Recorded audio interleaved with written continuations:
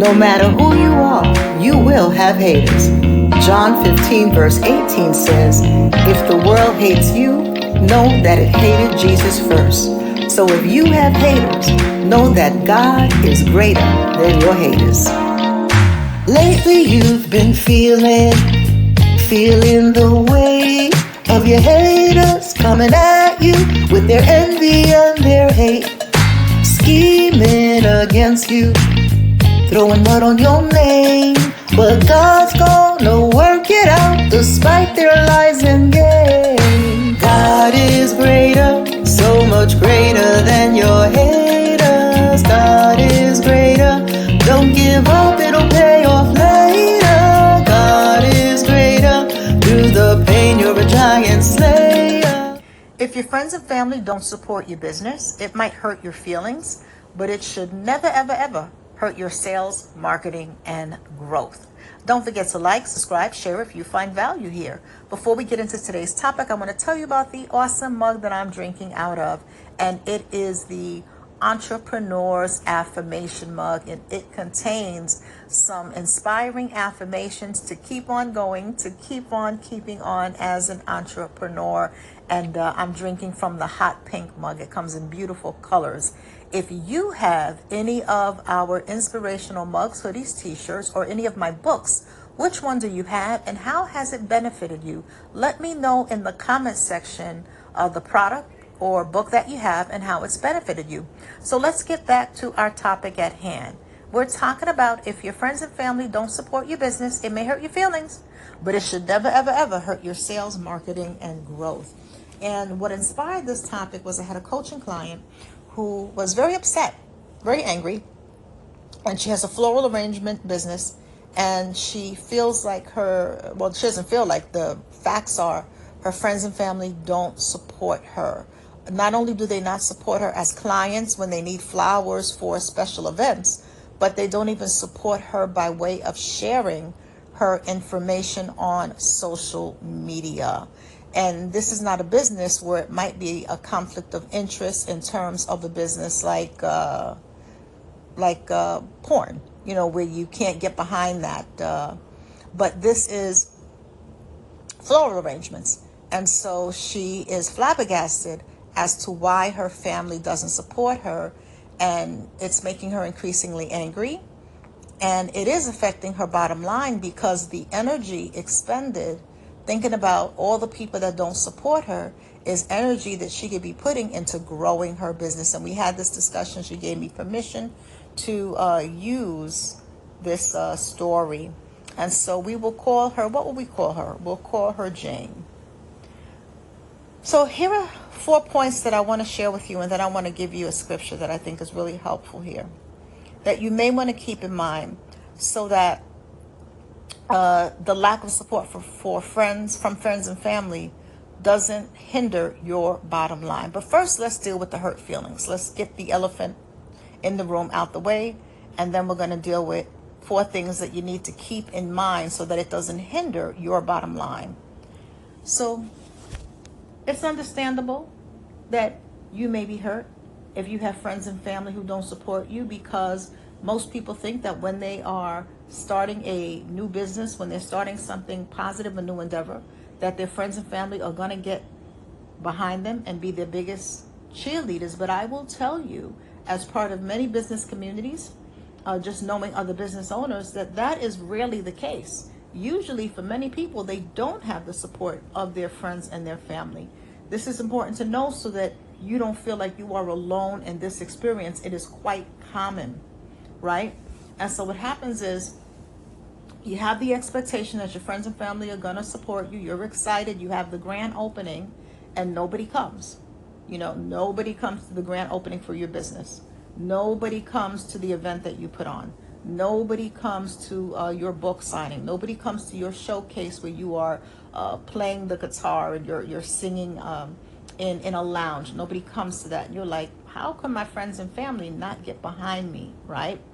So the thing is, right, that it's important to understand that when you have a dream, When God gives you a vision, it is personal to you. And this is hard for most people to understand, because even though the Bible says rejoice with those who rejoice and mourn with those who mourn, there are more people who will mourn when you mourn than rejoice when you rejoice. This is why you will see more people at the funeral than you will at the grand opening for the business. And if we understand that this is human nature, that people tend to be busy with their own lives, people tend to be focused on whatever's in front of them and whatever's going on in their own lives, it helps us to not take it so personal, even when it feels personal, even when it is personal, right? Because remember, as a business owner, as an entrepreneur, you need your clarity of mind. You need your creativity, right? And that comes from having the freedom in your mind to be creative, to be resourceful. And that comes from God. So you want to keep your mind as clear as possible. So if your mind and heart are filled with a lot of resentment, a lot of bitterness, it's going to be hard to be at your creative best. And so just from a standpoint of what's going to be best for your business bottom line, it is not to your advantage to hold on to that. So here's some things to keep in mind. Number one, make sure that you ask for their support. So that's number one. Sometimes we assume that friends and family are going to support us, but we don't explicitly ask for their support. And some of you may be thinking, well, why do I have to ask? They can see on social media what I'm doing. But again, people are really busy with their own lives. And you got to remember that everybody is not you. And one of the biggest things that people say, well, I would do this, and if it were me, this is what I would do. But they are not you. They are not you. And when you expect you from other people, you're going to be disappointed each and every time. So you want to make sure that you explicitly ask them for their support, right? And when you ask for their support, you want to tell them how they can support you. Tell them how they can support you. So does this look like sharing some of your social media posts? And ask them if they would do that. Does this mean subscribing to your channel and every now and then leaving a comment? You know, and they might not do it daily because, again, people have their own lives. But does it mean occasionally, once a week, whatever that looks like? But you want to ask them for their support, and you want to let them know how they can support you. Does it mean giving out flyers? What does that support look like? So sometimes support will mean that they will actually utilize your services or purchase your products, but they may not have the money to do so. So then support may also come in the form of sharing your information on their social media. And here's the thing that you have to keep in mind. People tend to be creatures of habit. So even if you opened up a brand new barbershop that you're really excited about, if you have a cousin or family member, brother, who has been getting their hair cut from the same barber for over 10 years, the likelihood of them changing that barber to come to your barbershop, even if you have really great barbers, is very unlikely, because they have a rapport with their barber. So think about your own habits, the places that you go as a matter of habit, that is just part of your routine. It becomes so ingrained in the routine that it's very difficult to change. And so it may not be that they have anything against your barbershop, but they have a rapport with their barber, and they've been going there for years. Now, this doesn't mean that they can't give out flyers or they can't share your videos about your barbershop on their social media page. And occasionally, right? No one's going to do that every single day when they have their own lives to live, right? Very few people, because you're not paying them to be part of your promotional team. So people will help out when and where they can if it's in their heart to do so. But a lot of times it's key that you tell people how they can help you, because just like in sales and marketing, for those of you who are business owners, one of the things they'll say is you have to make it easy for your customers and clients to buy. If there are too many directions and it's unclear, people are going to get frustrated and give up. So the same thing occurs when you want people to support you. You have to make it as clear as possible as to how they can support you. So ask them for their support and tell them how they can support you.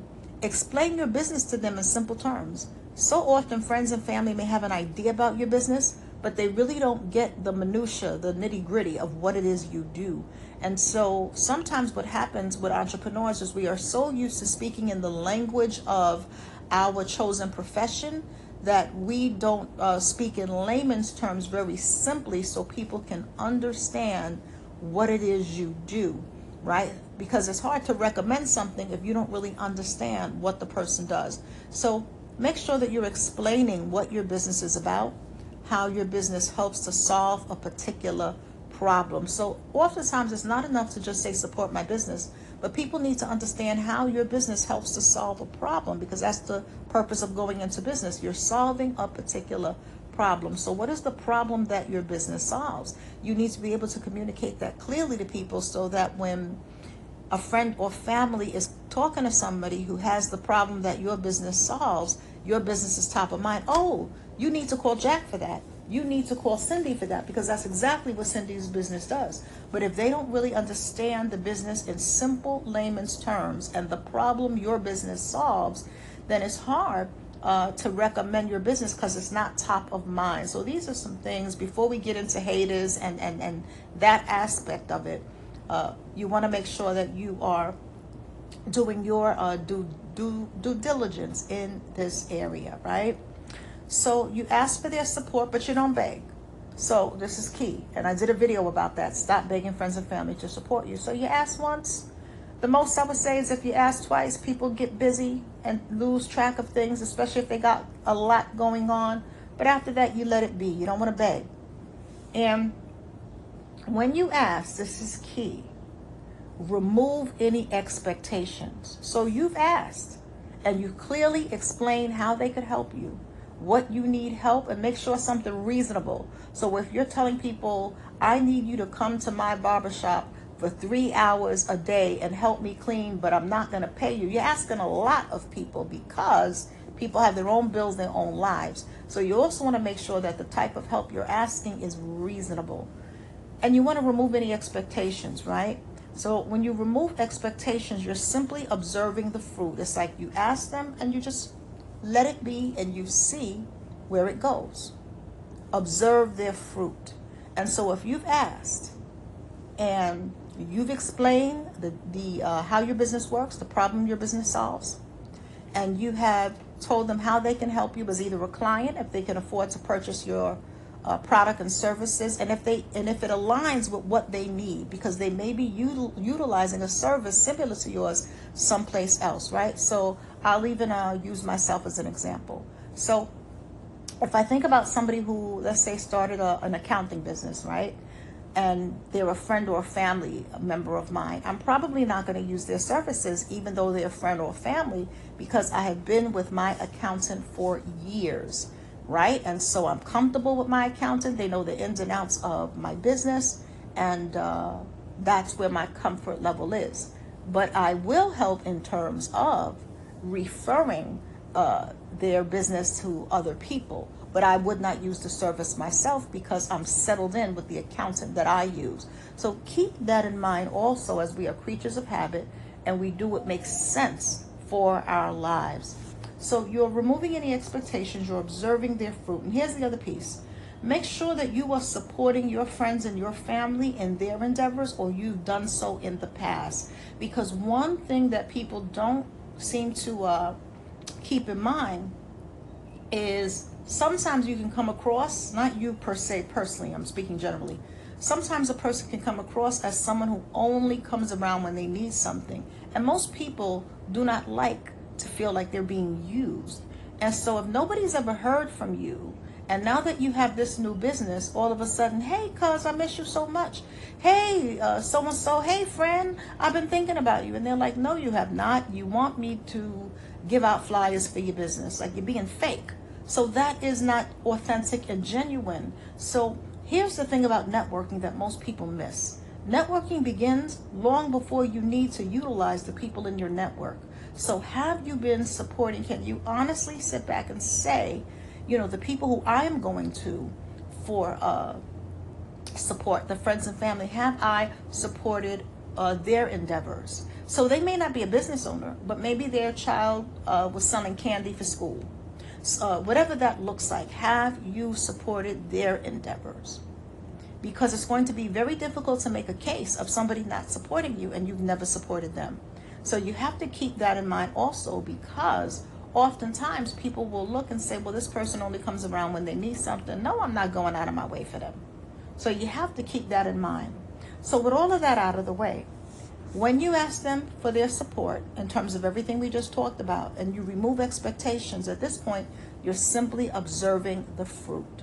So if you can honestly say, yes, I have supported them in the past on numerous occasions, I'm very supportive of their endeavors, right? And the proof is on my social media page, or the proof is in all the tickets I bought for their events, whatever it looks like for you.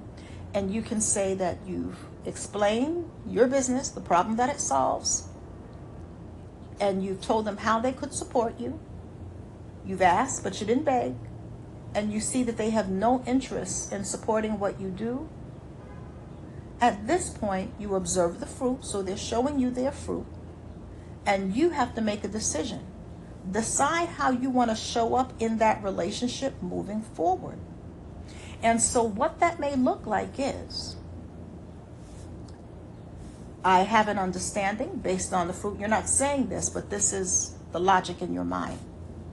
So based on the fruit that I've observed, I've supported this person on several occasions in the past. They only call me when they need something, but when I ask support of them, they never support me. So I'm going to pull back. I'm going to start pulling back. And so that's what it looks like when you observe someone's fruit and you decide how you want to show up for them moving forward. So this could be a family member, and you make the decision that when I come to family gatherings and I see this cousin, this aunt, this uncle, it's all love. Hey, how you doing? We may talk about the corn on the cob, the hot dogs and hamburgers on the grill. We may shoot the breeze for 15 minutes about a television show that we watch or music, but I am clear that we don't support one another in business, and it goes both ways, because reciprocity goes both ways, right? You are supposed to have a harvest when you are sowing. That is biblical. And so this is how you begin to not have resentment, because your expectations are rooted in the reality of the person's demonstrated fruit, and you are moving accordingly. And so you are putting that family relationship or that friendship in its proper context and lane, meaning we see each other 3 times a year: Christmas, Thanksgiving, and you can name another day. We see each other 3 times a year when the whole family gets together. We make a little small talk. We ask how the kids are, and that's really the extent of the relationship. And because I am clear that that is the lane that the relationship is in, there is truly no hard feelings, because I have moved that relationship into that lane. And so what that looks like is, when they ask, hey, I'm doing this new such and such and such and such and such, can you share this on your social media platform? You know, you may say no. You may decide to say, well, actually, I never thought that we had that type of relationship where we support one another in business, because it will provide the two of you with an opportunity to talk about it if they're willing to be honest and upfront. Because there's been several times that I've asked you to support the business and you never follow through, and you only come around when you want my support. So it feels a little disingenuous. And see what they say. They might say, you know what, you're right. I have to get better at such and such and such. And right now, let me go do such and such and such. And they may start sharing your stuff, and then you can decide how you want to move forward. But if it's not the case and they're defensive, well, why you got to be like that? Forget you then. Then you let it be. You don't have to argue. That's wasted energy. They're showing you their fruit. And when people show you who they are the first time, it's your responsibility to believe them. And I'll add, not just believe them, but move accordingly. Move accordingly. So do know that you are not obligated to support people that don't support you, but do so without the resentment, by putting the relationship in its proper context, because that's where the problem lies. A lot of people are resentful that come to me about this issue because they're not putting the relationship in its proper context. So We are cousins who see each other 3 times a year. We give each other a kiss on the cheek. Hey, cuz, you look great. And that's really the extent of our relationship. And I think a lot of people are afraid to be that brutally honest. That brutally honest, because a lot of people live in la la land and they want to pretend something is what it is not. But you don't have to live in la la land as a believer. You can be very clear about what it is regardless of what people say. So people can say family is everything, family is first, but you see the way they move, that's not actually true, even though that's the words they use. So it is your responsibility to live in a way that is authentic, right? It is your responsibility to live in truth, and the truth sets you free. Free from so many things, free from false expectations that don't align with a person's demonstrated fruit. So that's number one. I know it was long, but I want to make sure we really got a handle on this. 2, if you're depending on friends and family to support your business, right? If you're depending on that, I didn't say if you're asking, but if you're depending on their support, then you probably don't have a solid enough marketing plan. It's going to be hard to hear. You can't depend on friends and family to support your business. You can ask, but you can't depend. You can depend on you. You can depend on yourself. And so if you're depending on friends and family to support your business, then you probably don't have a solid enough marketing plan. So you want to go back to the drawing board and ask, what is my marketing plan for my business? And if you don't have a solid marketing plan, you need to begin thinking about, how am I going to get the word out about my product, my service? Even in ministry, you still have to market it. People have to know about your ministry. People have to know where to come for your podcast. People have to know, if you have a physical church building, where your church is and what type of services are. So you still have to spread the word, whether you have a ministry, whether you have a business. You have to spread the word about it. You got to market it. And you have to reach out to your target market. And everybody's not your target market. Everybody's not your target market. And so who is your target market? Who does your business, meaning your services, your products, right? Who is the market that you are trying to reach? Are you trying to reach tweens? Are you trying to reach moms because your product is for moms? Are you trying to reach dads? Are you trying to reach grandparents? And if you're trying to reach everybody, you're trying to reach nobody. So be very clear. Do you have a youth ministry? Do you have a singles ministry? Do you have a ministry geared for the elderly and really dealing with issues of maybe loneliness? So really get pen and paper in hand and clarify that. And I would also encourage you, if you are not a member of the Cassandra Mack YouTube channel, to join the channel at the leadership tier, because when you join at that tier, that is the 3rd tier as we speak now, that is the 3rd tier, and you have access to our monthly leaders and entrepreneurs Zoom meetings, where you have an opportunity to be on a Zoom meeting with other leaders and entrepreneurs, and you have an opportunity to get refreshed, refueled, and to be around like-minded people.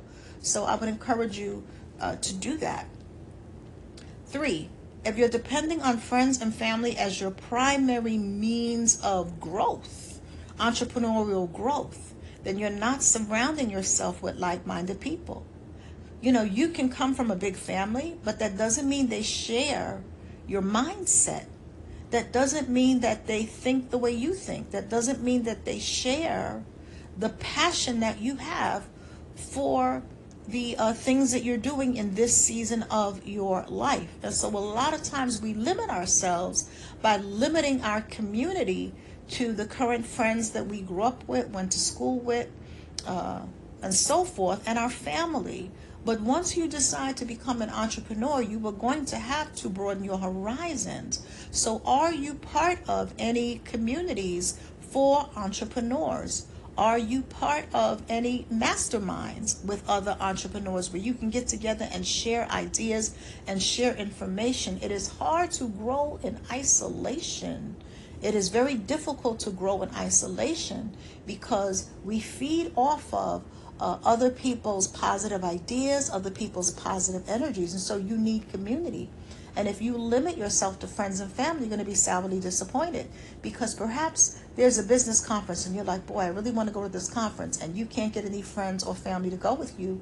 You got to be willing to go by yourself, and you will meet somebody else who is also at the conference by themselves. And as you get to talking, you will feel one another out, and you will see if there is chemistry, if there is symmetry, and you will be able to begin to build a community of iron sharpeners, right?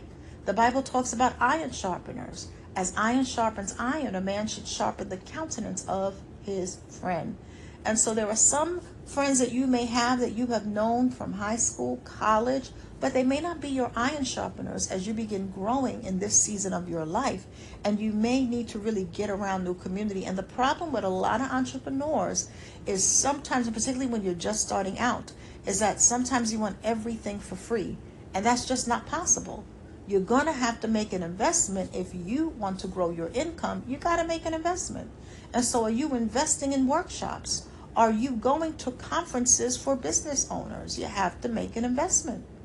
And so if you're depending on everything being free, it is going to slow down the rate of your progress. And what you can do in maybe 1 or 2 years, it's going to take 7 to 10 when it doesn't have to take that long. But you also have to be willing to invest in yourself. So are you investing in workshops? Beyond free YouTube videos, are you investing in courses that will really help you get the skills that you need? And of course, there are free resources that you could take advantage of. And you want to take advantage of those. But what I'm saying is, in addition, as you level up, there are also going to be some paid for things that you're going to need to invest in. It could be books. It could be being part of a membership community so that you are around other people consistently. At our leaders Zoom meetups, where we meet once a month by Zoom for members of the Cassandra Mack YouTube channel at the 3rd tier during this time. Many of the people who come to our Zoom meetings are the same people. And of course, there are new people that come each month. But the thing is, when you're around the same people, you are building community. You are building support. You are beginning to get to know one another's businesses. And one of the things we do is we share what we do. We share our social media information. I have everyone share their social media information. If they have a website, their business website, folks will share helpful information, free resources that are out there. But you're beginning to build a community with like-minded people. And that's how referrals happen. So if you're depending on friends and family as your primary means of growth, you're really shortchanging yourself. You need to be part of communities. And then last but not least, number 4, if you find yourself feeling resentful, and we've touched on this already, if you find yourself feeling resentful of friends and family who do not support you, it is probably for one of these 2 reasons. Number 1, which we've already covered, you have unrealistic expectations of that person. Meaning you're thinking just because this person is my friend or family and I would support them means they would support me. But we don't know people by our fruit. We know them by their fruit. And so just because you would get behind them doesn't mean they would get behind you. So are your expectations, right, in alignment with their demonstrated fruit? So if somebody shows you the fruit of selfishness, I don't care if it's your own brother, that's what it is. If somebody shows you the fruit of only caring about what they could get from other people, but never wanting to contribute, and they will bleed you dry, then that's what it is, even if it's your cousin. And so it's not about who's related to you by blood and who you've known the longest. It is about a person's character, values, behavior, and patterns. So if you have unrealistic expectations because somebody's related to you or because you were good to them, so a lot of people that you're good to them don't mean they're going to be good to you. So you need to observe a person's fruit and move accordingly. That's reason number 1 why you might be resentful of friends and family who don't support you. And reason number 2 is you are over-investing in a relationship and you need to invest your efforts elsewhere. So what that looks like is You keep getting mad at somebody who doesn't support you, yet you keep running yourself in the ground for them. You keep being the go-to person for people who you can never go to. Relationships are reciprocal, not the same as transactional. Relationships are reciprocal, and iron is supposed to sharpen iron. That is biblical. And so iron sharpens iron. That means that there are two blades. It's reciprocal. Doesn't say one iron blade sharpens only one and the other one just stays there and be dull. The scripture says, as iron sharpens iron. The implication is that you are sharpening one another. It is reciprocal. And so if you were the only one doing the sharpening, right, in the scriptures, Proverbs 27:17, Proverbs chapter 27, verse 17. If you were the only one doing the sharpening, and you have a friend or family member that is never sharpening you, then you need to stop investing in that direction. You are over investing in a relationship that shows no investment on you. You are not getting a return on your investment. There is no iron sharpening happening in your life. You need to pull back. And so this is very hard for people who are overgivers. This is very hard for people who are overgivers. And this is where, if you're resentful, only you know. Now, if you're not resentful, do you? But if you're starting to feel resentful and bitter because you feel like you're being taken advantage of and used, then at some point that's on you as a grown adult. And you have to make the decision to say they only come around when they need something. I'm the person they call when they need this, but they never invite me here, or they never do this, or they never do that. Then you have to make a different choice. It's your life. You are grown. You can't keep investing in someone who sees you as a bottomless well. They see you as a well where they take all your water, but it's no water for you. I guess that wouldn't be a bottomless well. That'd be an overflowing well. So keep that in mind if you feel resentful. One of two things. You have to change your expectations so that they match with the person's demonstrated fruit, or you have to stop being an overgiver and investing in people who show no investment in you.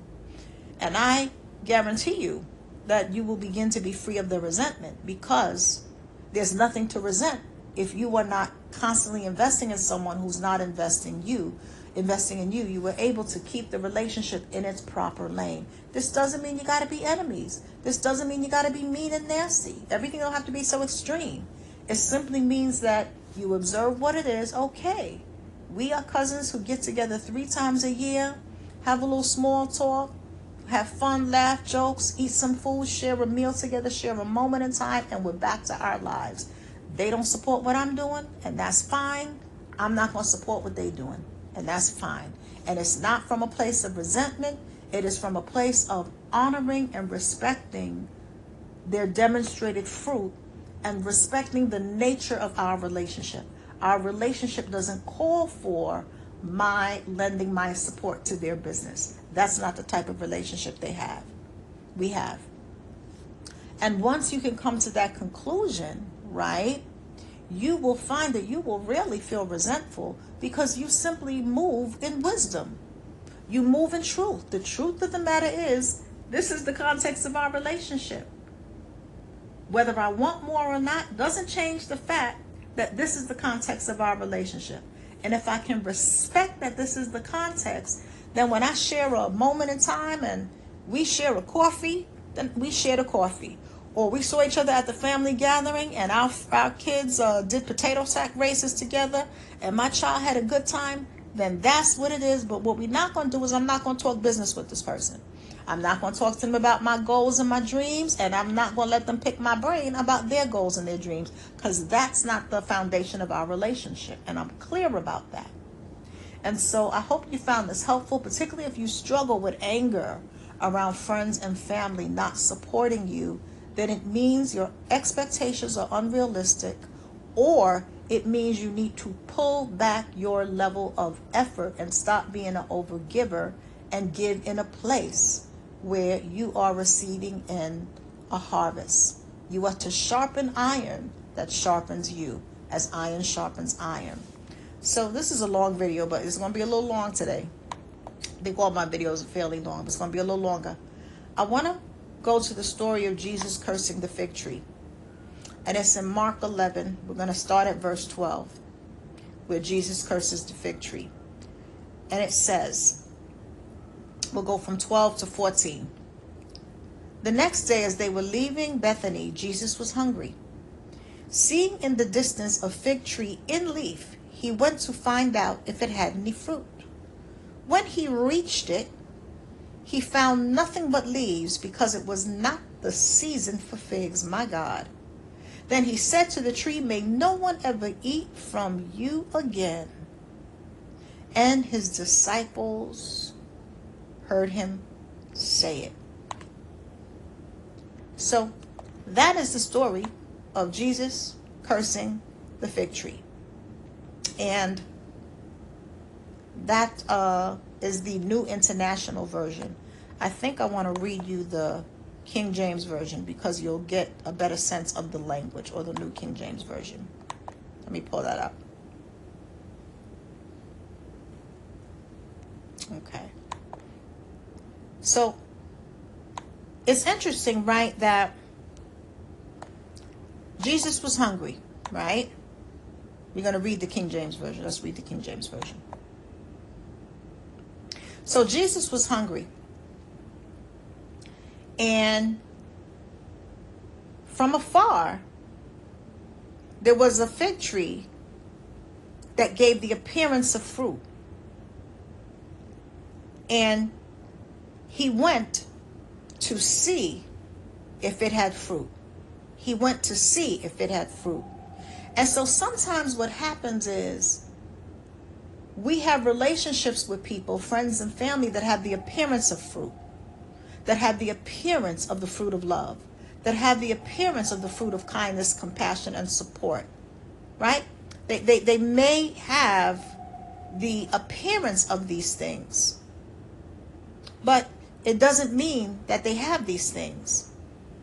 So here is the King James Version. And on the morrow, when they came from Bethany, he was hungry. And seeing a fig tree afar off having leaves, he came, if happily he might find anything thereon. And when he came to it, he found nothing but leaves, for the time of figs was not yet. And Jesus answered and said unto it, No man eat fruit of thee hereafter forever.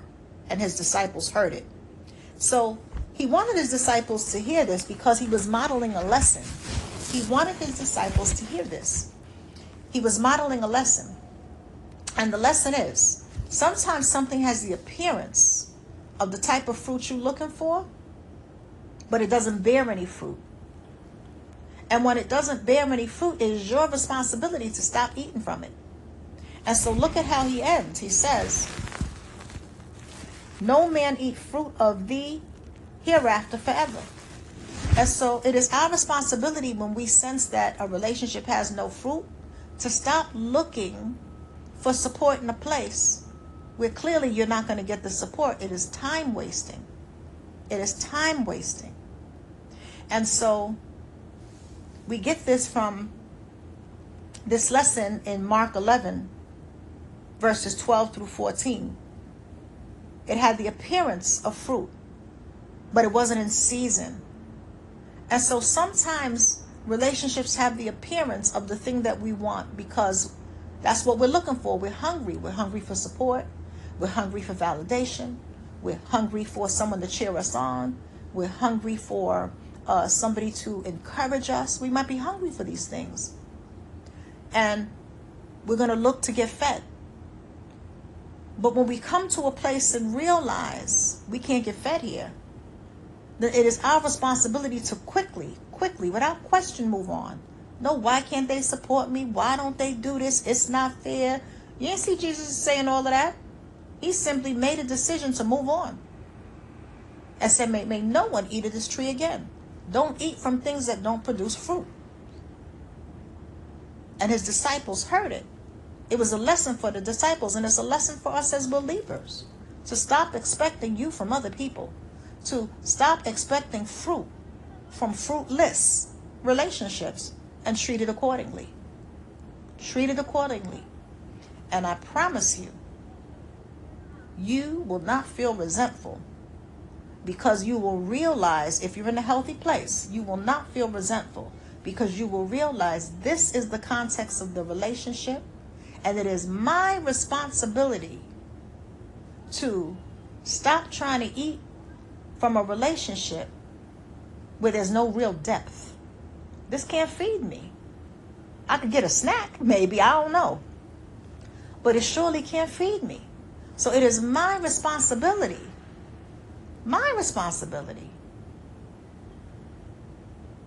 to not eat from there. So I hope this was helpful for those of you who find yourself in a situation like my client, where you are frustrated constantly because friends and family don't support you. Do know that you don't need them to succeed. It would be nice, but it is not necessary. So keep moving forward in purpose and destiny, and keep doing what you are called to do. And I would encourage you again, become a member of the Cassandra Mack YouTube channel. When you join at the second tier, the wellness tier, you get access to the Wednesday Wellness Club. When you join at the third tier, you get access to the Leaders and Entrepreneurs Zoom meeting. I would also encourage you to pick up the book, Unleash Your Unstoppable. This is a really good book for those of you who are entrepreneurs and leaders. And this is a book to really begin to help you walk out the scriptures in practical application for personal transformation and success. Unleash Your Unstoppable. It is available at Amazon.com. And also Rise Above the Haters if you're dealing with haters, because sometimes people don't support you because they're hating on you. I want to save that for last, because we don't always want to go to that as a first. Sometimes they don't want to see you win, right? But even if that's the case, it doesn't really matter, because the outcome is the same. It's still fruitless. And if you realize it's fruitless, whether it's fruitless because they're too preoccupied with their own lives to care about what's going on with you, whether it's fruitless because they're selfish, whether it's fruitless because they're just doing their own thing, whether it's fruitless because they feel you never support them, whether it's fruitless because they feel that you getting too big for your britches, it doesn't matter. It's fruitless. And so once you have determined that, keep moving forward and do what you need to do so that you grow your business, sales, and marketing. With that being said, have an amazing day. Take care.